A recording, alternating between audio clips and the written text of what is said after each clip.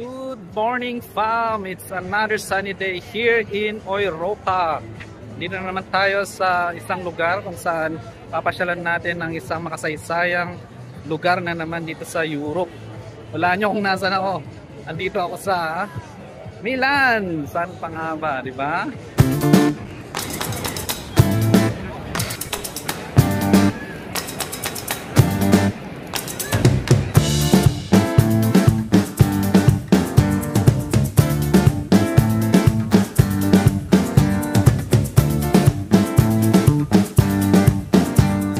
Sa episode nga na ito, samahan nyo ako at puntahan natin ang isa sa pinakasikat na landmark dito sa Milan, Italy.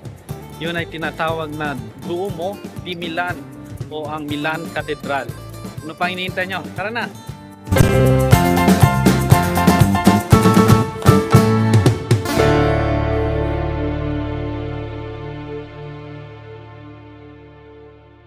Alam nyo ba na ang Milan Cathedral is one of the largest cathedrals in the world? Nagsimula ito i-construct noong 1386. Oo guys, tamang rinig nyo, 1386. Grabe, ang tagal na, di ba?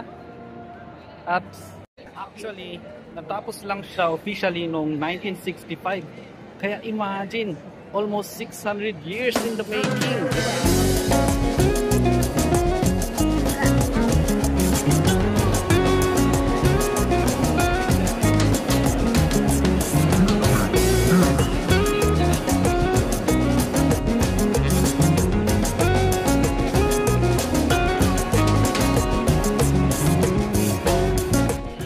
Cathedral is made out of white and pink candoglia, and grabe, super detailed talaga niya.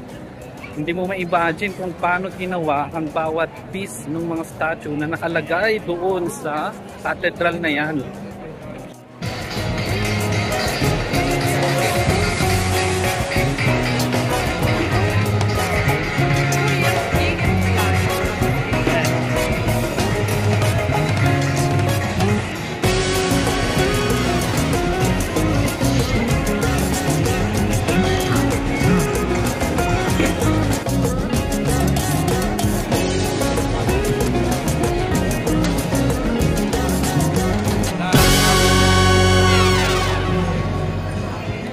One of the most iconic features ng Duomo ay yung Golden Madonnina na doon mo makikita sa pinakatuktok ng katedral, at ito ay simbolo nga ng Milan. Kaya kung mapupunta kayo dito, wag niyong kalimutan na tumingin doon sa taas. Hindi lang siya katedral, it's a piece of history.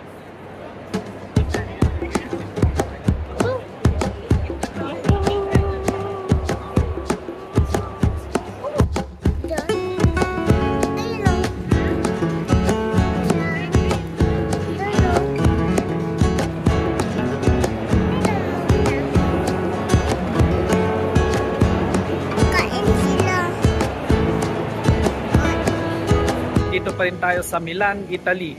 At sa pupuntahan natin ngayon ay isa sa malapit sa puso ng mga Pinoy. Ito ay mga nakauligalian natin at tayo ay lumaki na dito tayo kumakain, at ito ay isang comfort food na rin natin, no? So, puntahan natin.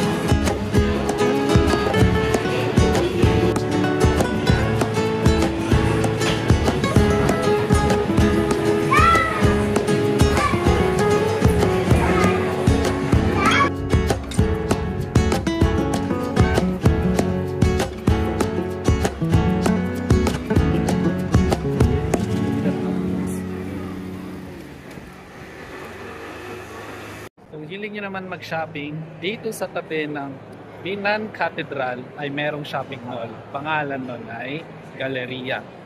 At iba't ibang mga designer products ang may kita mo dito.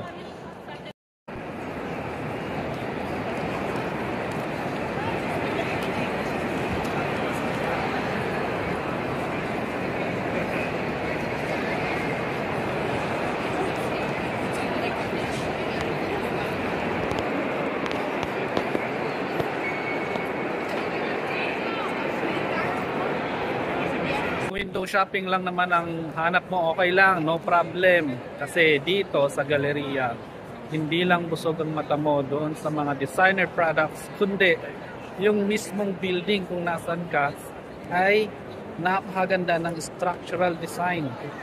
Tingnan natin. Oh, diba?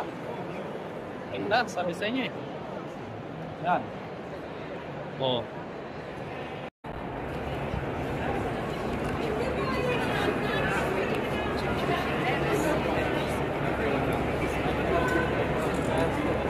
So, there you have it guys.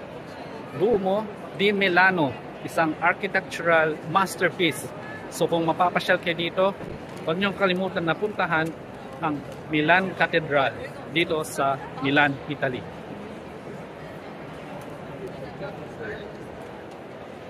So paano? Till next time. At dito pa natatapusin ang ating vlog. Kaya ang laging sinasabi, God is good all the time. Bye!